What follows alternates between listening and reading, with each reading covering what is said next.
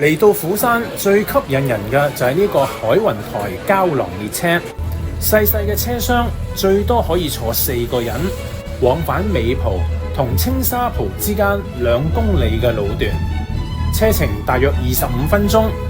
乘客有充足嘅時間慢慢欣賞東釜山嘅海岸景色。膠囊列車一票難求，強烈建議大家一定要盡早預訂。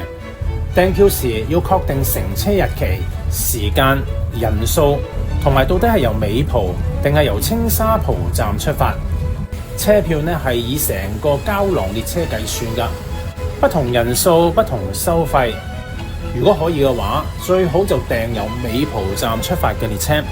因為去尾浦站嘅交通係比較方便。另外，膠囊列車所屬嘅海雲台南線公園官方網站，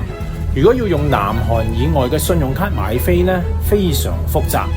我就建議大家用返旅遊網站，例如 trip.com、KKday 或者 Agoda 買飛，會方便好多。其實膠囊列車係海雲台南線公園嘅其中一個旅遊設施，大家如果有時間嘅話，仲可以慢慢咁享受呢度嘅海岸美景同埋其他嘅旅遊設施。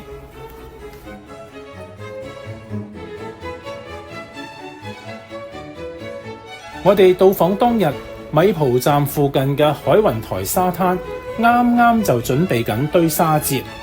我哋仲睇到一啲堆沙作品添。